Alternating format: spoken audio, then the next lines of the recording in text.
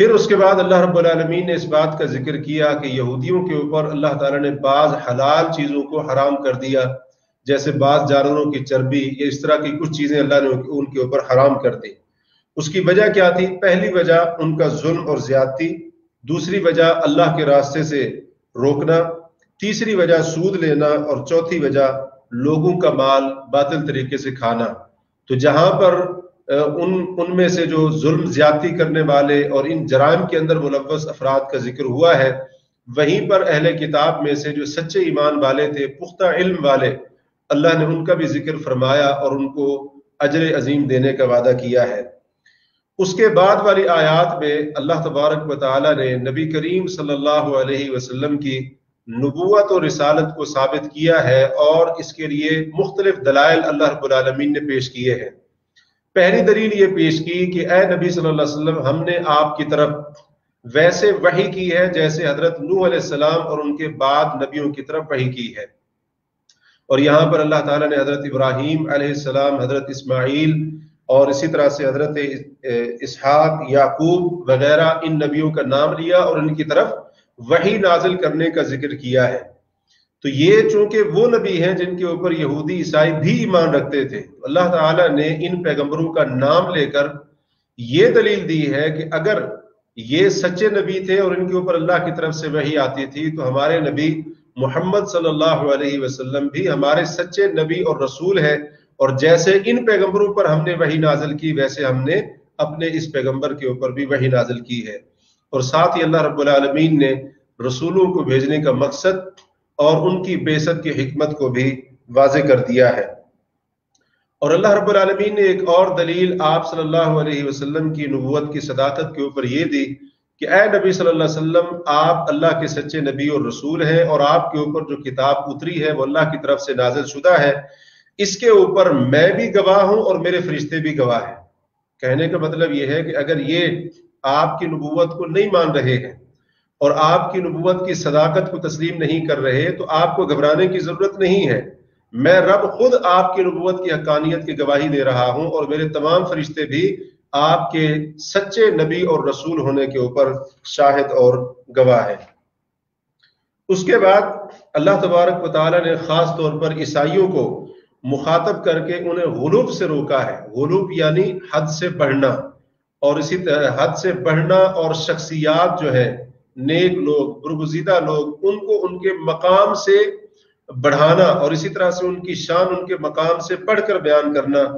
یہی وجہ تھی کہ عیسائیوں نے حضرت عیسیٰ علیہ السلام کو حد سے بڑھایا اور ان کی شان اور تعریف کے اندر غلو کیا، جس کے نتیجے میں انہوں نے ایک عقیدہ تثلیث گھڑا۔ عقیدہ تثلیث ان کے عقیدے کے مطابق 3 الہ ہیں، اور ان 3 میں سے تیسرے الہ حضرت عیسیٰ علیہ السلام ہے، نعوذ باللہ من ذالک۔ تو اللہ تعالیٰ نے یہاں پر عقیدہ تثلیث کی تردید کی ہے اور اپنی وحدانیت کا ذکر کیا اور اس کی طرف دعوت دی ہے، اور یہ ذکر کیا کہ حضرت عیسیٰ علیہ السلام اللہ کے بندے اور اللہ کے رسول ہیں، اور اسی طریقے سے پھر ایمان لانے والوں کے لیے خوشخبریوں کا ذکر کیا، اور تکبر کرنے والوں کے لیے دردناک عذاب کا ذکر کرتے ہوئے نبی صلی اللہ علیہ وسلم اور قرآن کے اوپر ایمان لانے کی دعوت دی ہے۔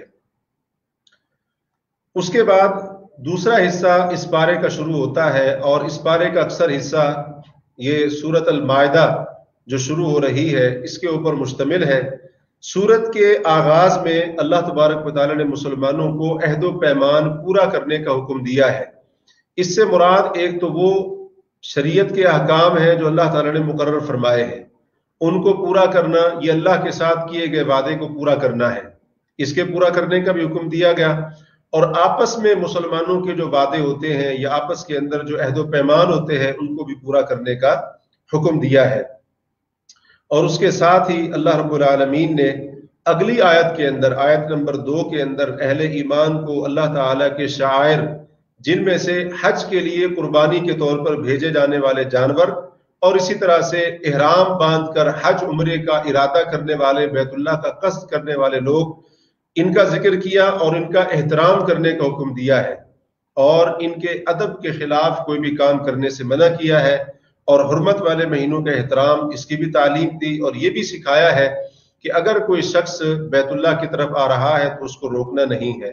اگرچہ وہ تمہارا مخالف ہی کیوں نہ ہو۔ اگر وہ اللہ کے گھر کی طرف آ رہا ہے تو اللہ تعالیٰ کے گھر سے اور اسی طرح سے مسجد حرام سے، کعبہ سے روکنا یہ درست نہیں ہے۔ اور یہاں پر اللہ رب العالمین نے ایک بڑا ہی اہم قاعدہ اور اصول بیان فرمایا ہے، فرمایا وَتَعَاوَنُوا عَلَى الْبِرِّ وَالتَّقْوَى وَلَا تَعَاوَنُوا عَلَى الْإِثْمِ وَالْعُدْوَانِ، کہ نیکی اور پرہیزگاری کے کاموں پر ایک دوسرے کی مدد کرو اور برائی اور زیادتی کے کاموں پر ایک دوسرے کی مدد نہ کرو۔ تو یہ شریعت کا بڑا اہم قاعدہ ہے اور قرآن کے اصولوں میں سے ایک بڑا اہم اور بنیادی اصول ہے، جس کو ہمیں اپنی زندگی کے اندر اپنانا چاہیے اور اس اصول کا خیال کرنا چاہیے اور اس کی پابندی کرنی چاہیے۔ جبکہ ہوتا یہ ہے کہ ہم عام طور پر اس اصول کی خلاف ورزی اپنی روزمرہ کی زندگی کے اندر کرتے ہیں اور بہت زیادہ کرتے ہیں۔ تو نیکی اور تقوی کے کاموں پر ایک دوسرے کی مدد، عبادت کے کاموں پر ایک دوسرے کی مدد، یہ حکم دیا گیا۔ اور برائی کا کام ہے، ظلم اور زیادتی کسی کے اوپر کوئی کر رہا ہے اور اسی طرح سے اللہ کی حدود کو پامال کر رہا ہے، گناہ کا کام کر رہا ہے، تو اس قسم کے کاموں کے اوپر کسی کے ساتھ تعاون نہیں کرنا ہے، اگرچہ اس کے ساتھ کتنا گہرا تعلق کیوں نہ ہو، کتنی زیادہ اس کے ساتھ دوستی کیوں نہ ہو اور کتنا قریبی اور رشتہ دار کیوں نہ ہو۔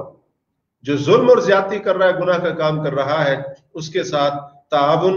نہیں ہونا چاہیے اور اس کی مدد نہیں ہونی چاہیے، کیونکہ اگر انسان برائی کے اوپر کسی کے ساتھ تعاون کرے گا تو اس کو بھی وہی گناہ ملے گا جو اس برائی کرنے والے کو ملے گا۔ جو ظالم کو گناہ ملے گا وہی اس ظالم کی مدد کرنے والے کو بھی گناہ ملے گا۔ تو اس چیز کا خیال کرنا چاہیے۔ پھر اس کے بعد اللہ تبارک و تعالیٰ نے یہاں پر یہ بتایا ہے کہ تمہارے لیے چوپائے یا پالتو جانور حلال کیے گئے ہیں سوائے ان کے جن کی تلاوت تمہارے اوپر کر دی گئی، یعنی جن کی حرمت کو شریعت نے بیان کیا ہے وہ حرام ہے، باقی اس کے علاوہ تمہارے لیے حلال ہے۔ اس لیے یہاں پر اللہ تعالیٰ نے آیت نمبر 3 کے اندر کچھ حرام جانوروں کا ذکر کیا ہے، حرام چیزوں کا جن کا کھانا حرام ہے ان کا ذکر ہوا ہے۔ نمبر 1 مردار، یعنی جسے شرعی طریقے سے ذبح نہ کیا جائے اور جو اپنی موت آپ مر جائے، چاہے وہ اوپر سے گر کر یا گلا دب جانے سے، اگر کوئی اس کا گلا دبا دے اس کی موت ہو گئی، یا اسی طرح سے رسی وغیرہ اس کے گلے کے اندر پھنس گئی اور اس سے اس کی موت ہو گئی تو یہ مردار ہے۔ اور اسی طرح سے اگر کسی جانور کو چوٹ ماری گئی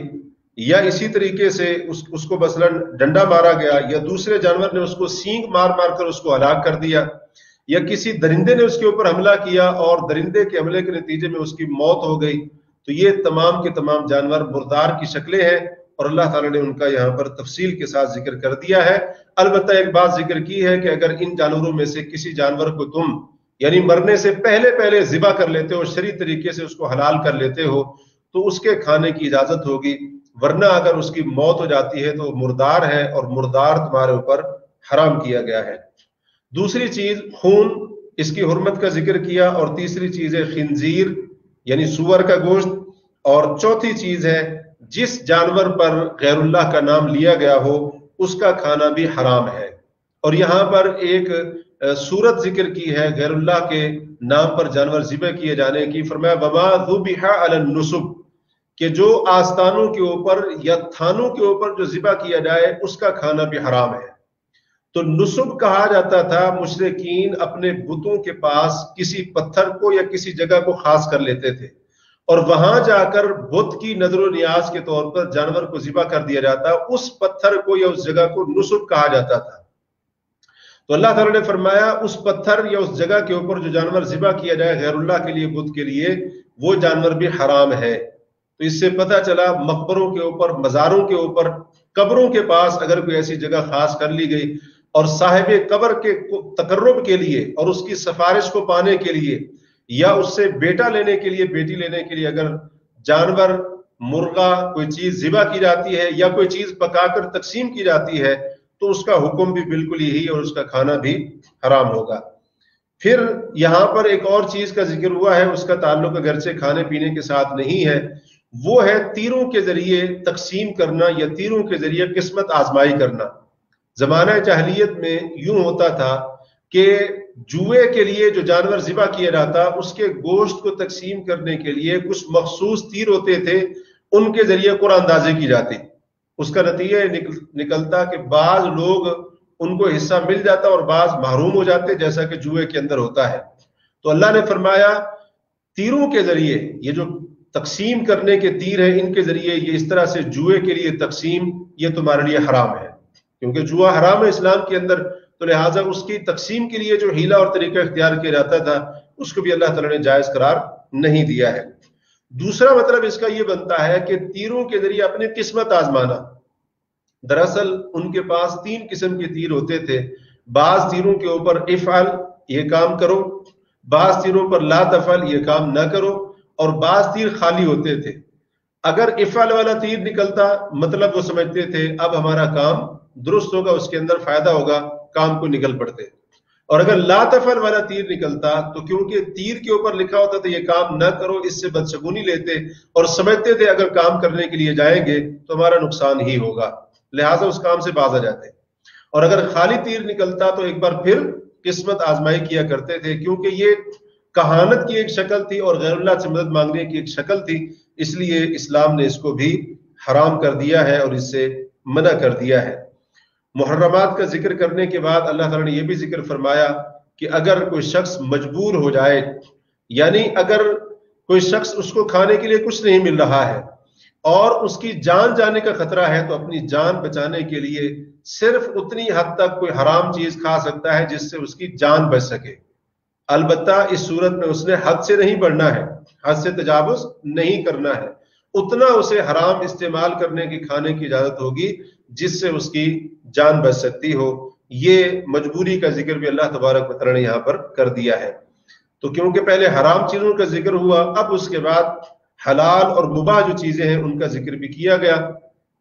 ان میں سے ایک چیز یہ بھی ذکر ہوئی کہ شکاری کتا اگر اس کو شکار کی تربیت دی گئی تھی اور وہ شکار تمہارے لیے پکڑتا ہے، تمہارے لیے شکار کرتا ہے، بشرطے کہ تم نے اللہ کا نام اس کے اوپر لیا ہو، یعنی بسم اللہ کہہ کر کتے کو چھوڑا ہو، تو تم اس شکاری کتے کے پکڑے ہوئے شکار کو کھا سکتے ہو، وہ تمہارے لیے حلال اور جائز ہے. دوسری چیز اہل کتاب کا ذبیحہ، اہل کتاب کا کھانا یعنی ان کا ذبیحہ. اہل کتاب یعنی یہودی اور عیسائی اگر کسی جانور کو ذبح کرتے ہیں، شرط یہ ہے کہ وہ اس طرح سے ذبح کریں جیسے شرعی طریقے سے کیا جاتا ہے کہ جانور کا خون اچھی طرح سے بہہ جائے. اور دوسری شرط دوسرے دلائل کی بنا پر یہ لگائی جاتی ہے کہ وہ واضح طور پر غیر اللہ کے لیے ذبح نہ کر رہا ہو، وہ عیسائی یا یہودی. تو یہ 2 شرطیں اگر ہوں تو اس کا ذبیحہ کھانا حلال ہے اور جائز ہے. البتہ اگر اس نے جانور ذبح کیا ہو اپنے کسی مذہبی تہوار کے لیے جیسے کرسمس وغیرہ ہے، یا اسی طرح سے اپنے مذہبی تہوار کے لیے اس نے کوئی کھانا بنایا ہو، تو وہ جانور جو اس نے اپنے مذہبی تہوار کے لیے ذبح کیا ہے اس کا گوشت کھانا جائز نہیں ہوگا، اور وہ کھانا بھی اس کے لیے مسلمان کے لیے کھانا جائز نہیں ہوگا. اور تیسری چیز یہاں پر اللہ نے یہ ذکر کی کہ اہل کتاب کی عورتوں کے ساتھ نکاح کرنے کی اجازت ہے، لیکن اس کے لیے علماء نے کچھ شرطیں رکھی ہیں. ایک شرط کا ذکر تو قرآن کے اندر موجود ہے کہ وہ عورتیں پاک دامن ہونی چاہیے، اور آج کل یہودی عیسائی عورتیں ان کے اندر یہ شرط نہیں پائی جاتی ہے. عام طور پر یہودی عیسائیوں کی عورتیں بدکارہ ہوتی ہیں. دوسری شرط علماء نے یہی قرآن سے یہ اخذ کی ہے، اور وہ یہ کہ جو مسلمان کسی یہودی یا عیسائی عورت کے ساتھ نکاح کرنے کا ارادہ رکھتا ہے اس کا اپنا ایمان اور عقیدہ اتنا مضبوط ہونا چاہیے کہ اگر کوئی وہ اشکال پیش کرتی ہے یا اسی طرح سے کوئی شبہ پیش کرتی ہے تو مسلمان ایسا نہ ہو کہ اس کے شبہ میں آ کر اس کے اشکال کے اندر آ کر اپنے دین سے مرتد ہو جائے. تو یہ شرط بھی علماء نے یہیں سے اخذ کی ہے. مطلب یہ ہے کہ بندے کا اپنا ایمان اور عقیدہ مضبوط ہونا چاہیے. ایسا نہ ہو کہ انسان اس عورت کی محبت کے اندر اپنے دین کو ہی گنوا بیٹھے، ایک جائز کام کے لیے اپنے فرض سے بھی ہاتھ دھو بیٹھے، یہ چیز نہیں ہونی چاہیے. اور اسی طرح سے جب اولاد ہوگی تو جیسا کہ آج کل ہوتا ہے عموماً پھر وہ ماں جو ہوتی ہے وہ اپنے دین کے مطابق، اپنے مذہب کے مطابق اپنی اولاد کو عیسائی اگر ہے تو وہ عیسائی اس کو بنانا چاہتی ہے، تو یہ چیز بھی دیکھنے میں آتی ہے. تو ان چیزوں کو بھی سامنے رکھنا چاہیے. اسی طریقے سے اہل کتاب کی وہ جو عورت ہے، یہودی یا عیسائی وہ جو عورت ہے، اس کا اپنے نبی اور اپنی کتاب شریعت کے اوپر اپنے دین پر ایمان بھی ہونا چاہیے. وہ ملحد نہ ہو، دہریہ قسم کی نہ ہو کہ جو الہ کے وجود کے قائل ہی نہیں ہے، اور اسی طرح سے خالق کے وجود کے قائل ہی نہیں ہے، جیسا کہ یورپ کے اکثر علاقوں کے اندر یا بہت سارے علاقوں کے اندر ایسے لوگ پائے جاتے ہیں جو بظاہر تو عیسائی کہے جاتے ہیں لیکن حقیقت میں وہ دہریے ہوتے ہیں، وہ ملحد ہوتے ہیں، اور اسی طرح سے خالق کے وجود کے اوپر کسی مذہب، دین، کتاب کے اوپر ان کا ایمان نہیں ہوتا. اگر کوئی ایسی عورت ہے، وہ عیسائی ملک کے اندر رہتی ہے، بظاہر اس کی نسبت عیسائیت کی طرف ہوتی ہے، اس کے ساتھ نکاح کرنے کی اجازت نہیں ہوگی. اس کے بعد اللہ رب العالمین نے وضو کا طریقہ مسلمانوں کو بتایا ہے، اور پانی نہ ہونے کی صورت میں تیمم کا طریقہ بھی ذکر کر دیا ہے، اور ساتھ یہ ذکر کیا ہے کہ اللہ تعالیٰ نے یہ احکام تمہارے اوپر نازل کر کے اللہ رب العالمین نے تمہارے اوپر تنگی نہیں کی ہے، بلکہ اللہ تعالیٰ تمہیں پاک اور صاف کرنا چاہتا ہے. اور پھر اہل ایمان کو مخاطب کرتے ہوئے اللہ تعالیٰ نے انصاف کرنے کا حکم دیا، اللہ کے لیے گواہی کو قائم کرنے کا حکم دیا، اور ساتھ یہ بھی بتا دیا کہ کسی قوم کی دشمنی کی وجہ سے تم عدل و انصاف کو چھوڑ دو، ایسا تمہیں نہیں ہونا چاہیے. ہر حال میں تمہارا معاملہ اپنے کے ساتھ ہے یا کسی پرائے کے ساتھ ہے، ہر حال میں عدل و انصاف کرنا ہے. عدل و انصاف کرنا یہ تقویٰ کے زیادہ قریب ہے. اس کے بعد اللہ رب العالمین نے بنی اسرائیل کی بدعہدیوں کا ذکر کیا، اور ساتھ یہ بھی ذکر کیا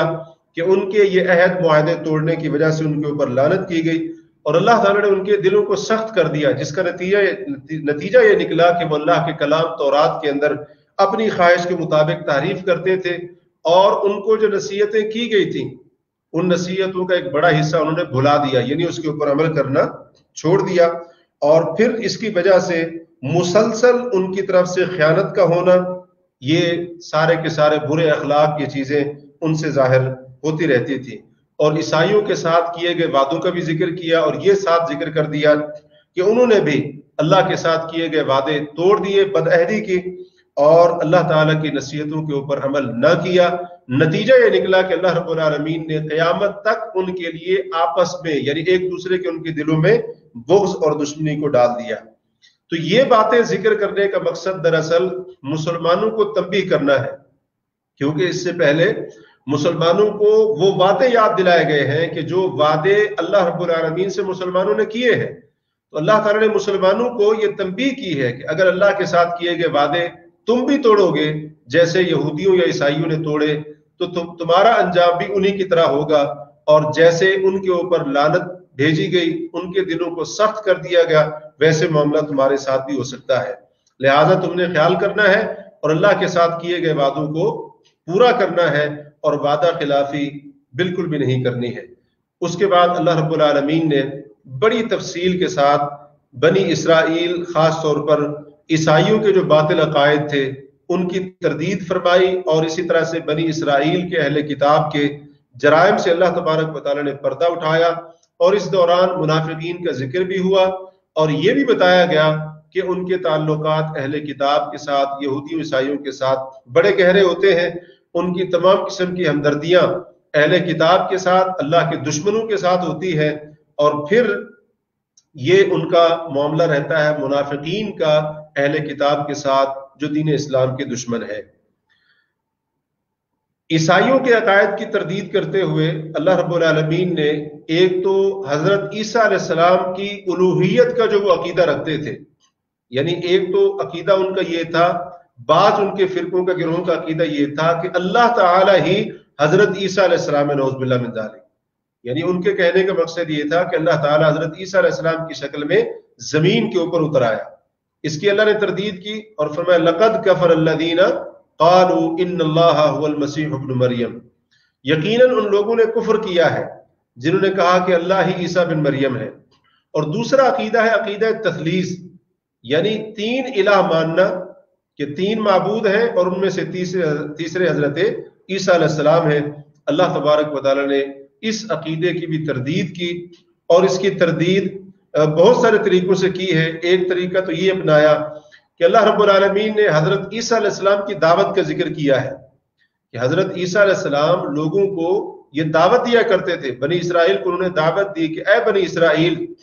اس اللہ کی عبادت کرو جو میرا اور تمہارا رب ہے۔ اور پھر حضرت عیسیٰ نے شرک کی قباحت اور اس جرم کی سنگینی کو بیان کیا کہ جو شخص اللہ کے ساتھ شرک کرے گا اللہ اس کے اوپر جنت کو حرام کر دے گا اور اس کو اللہ تعالیٰ جہنم کے اندر داخل کرے گا۔ تو اگر عیسیٰ علیہ السلام الہ تھے، معبود تھے، تو ان کو تو اپنی عبادت کی دعوت دینی چاہیے تھی، وہ تو صرف اللہ تعالیٰ کی عبادت کی دعوت دے رہے ہیں، جس کا مطلب یہ ہے کہ وہ الہ نہیں تھے۔ اسی طریقے سے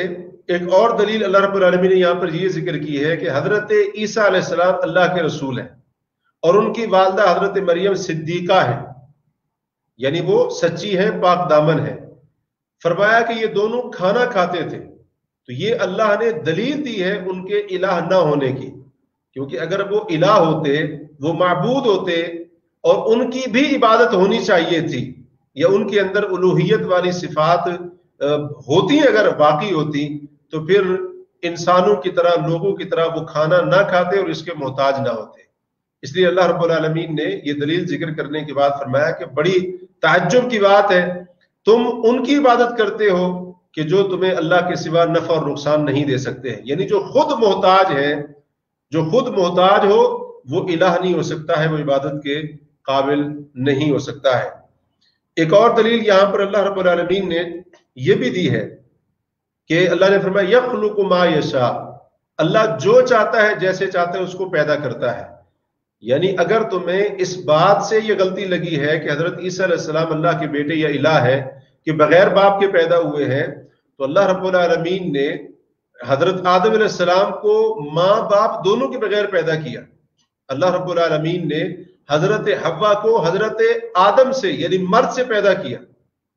تو یہ کوئی تعجب کی بات نہیں ہے کہ حضرت عیسیٰ علیہ السلام اگر صرف عورت سے، ماں سے پیدا ہوئے ہیں اور تم سمجھو کہ یہ اللہ تعالیٰ کے بیٹے بن گئے ہیں یا ان کے اندر الوہیت والی صفات آ گئی ہیں، تو یہ تمہاری سنگین غلطی ہے اور یہ تمہارے غلو کا نتیجہ ہے۔ تو بہرحال اور بھی اس کے اوپر بہت سارے دلائل یہاں پر ذکر کر کے ان کی تردید کی گئی، اور اس کے ساتھ ہی جو لوگ یہ جو تثلیث والا عقیدہ ہے، تین الہ والا عقیدہ ہے، جو یہ باتیں کرنے سے باز نہ آئے، اللہ نے ان کے لیے دردناک عذاب کی دھمکی دی اور ساتھ ہی ان کو توبہ استغفار کی دعوت بھی دی ہے۔ اسی دوران اللہ تعالیٰ نے بنی اسرائیل کا وہ واقعہ ذکر کیا ہے کہ جب حضرت موسیٰ علیہ السلام نے اللہ کے حکم سے ان کو یہ حکم دیا کہ آپ بیت المقدس میں داخل ہو جائیں، وہاں پر ایک طاقتور قوم تھی، اس کے ساتھ آپ لڑیں، اللہ آپ کو فتح دے گا اور یہاں پر آپ رہیں گے۔ تو انہوں نے انکار کر دیا اور کہا کہ موسیٰ آپ اور آپ کا رب جا کر ان سے لڑے، ہم یہاں پر بیٹھے ہوئے ہیں۔ نتیجہ یہ نکلا کہ 40 سال تک بنی اسرائیل ایک میدان کے اندر، صحرا کے اندر بھٹکتے رہے، پھر اس کے بعد جا کر ان کو کہیں بیت المقدس کا داخلہ نصیب ہوا۔ اس سے پتہ چلا کہ بعض گناہ اتنے سنگین ہوتے ہیں کہ ایک گناہ کا خمیازہ انسان کو سالوں تک بھگتنا پڑتا ہے۔ اس کے بعد یہیں پر ایک اور قصہ بیان ہوا ہے، حضرت آدم علیہ السلام کے دو بیٹوں کا، حابیل اور قابیل کا قصہ بیان ہوا ہے۔ اس قصے کے اندر بہت ساری فائدے کی باتیں موجود ہیں۔ ایک کی قربانی قبول ہوئی، یعنی حابیل کی قربانی قبول ہو گئی اور قابیل کی قربانی قبول نہیں ہوئی، دونوں نے قربانی کی تھی۔ تو قابیل وہ حسد کی وجہ سے اپنے بھائی حابیل کو قتل کر بیٹھتا ہے۔ تو اس سے پتہ چلا کہ حسد کتنی بڑی بیماری ہے، یہ بڑے بڑے گناہوں کا سبب بنتی ہے۔ یہ حسد ہی تھا جس کی وجہ سے قابیل نے اپنے بھائی حابیل کا قتل کیا، اور قتل بڑا سنگین جرم ہے، اور اسی طریقے سے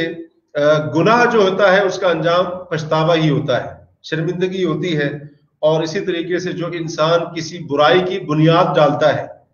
کسی برائی کو شروع کرتا ہے، جتنے لوگ اس برائی کے اوپر عمل کرتے رہیں گے وہ سارے کے سارے برائی کرنے والے، ان کا گناہ اس برائی کو شروع کرنے والے کے اوپر بھی جائے گا۔ اگر کوئی شخص فیس بک کے اوپر ایسا کوئی پیج بناتا ہے جس کے اوپر بے حیائی کی باتیں نشر کرتا ہے، واٹس ایپ کے اوپر، سوشل میڈیا کے کسی اور پروگرام کے اوپر کسی برائی کا آغاز کرتا ہے، جو جتنے لوگوں تک وہ برائی پہنچے گی ان سب کا گناہ اس ابتدا کرنے والے، بنیاد ڈالنے والے کو بھی ہوتا رہے گا۔ تو یہ بھی ایک فائدہ یہاں سے ہمیں سیکھنے کو مل رہا ہے۔ پھر اس کے بعد جو لوگ لوٹ مار کر کے، قتل و غارت کر کے زمین کے اندر فساد پھیلاتے ہیں، ان کی سزا کا ذکر ہوا ہے کہ ان کو قتل کر دیا جائے، سولی پر لٹکا دیا جائے، یا ان کے ہاتھ پاؤں مخالف سن کے اندر کاٹ دیا جائے، یا ان کو جلا وطن کر دیا جائے۔ چوری کی حد بیان کی گئی کہ چور مرد ہو یا عورت ان کے ہاتھوں کو کاٹ دیا جائے، اور قصاص کی فرضیت کا ذکر ہوا ہے۔ قصاص یعنی جان کے بدلے میں جان، اور اگر کسی نے کسی کا دانت توڑا ہے تو بدلے میں اس کا دانت توڑا جائے گا، یہ قصاص۔ اور یہ بھی ذکر ہوا ہے کہ پہلی شریعتوں میں بھی، خاص طور پر تورات کا ذکر ہوا کہ اس کے اندر بھی قصاص کا ذکر موجود تھا۔ پھر اس کے بعد بنی اسرائیل کے بہت سارے جرائم ذکر کیے گئے ہیں، ساتھ میں مسلمانوں کو نصیحت بھی کی گئی کہ ان کو تم نے دوست نہیں بنانا ہے۔ اور اس پارے کا اختتام اس چیز کے اوپر ہوا ہے کہ مسلمانوں کے سب سے بڑے دشمن یہودی ہیں، پھر اس کے بعد مشرکین ہیں، اور پھر اس کے بعد عیسائی ہیں۔ اس طرح سے اس پارے کا اختتام ہوتا ہے۔ اللہ رب العالمین ان باتوں کے اوپر ہمیں غور و فکر کر کے اپنی اصلاح کرنے کی توفیق عطا فرمائے۔ وباللہ التوفیق۔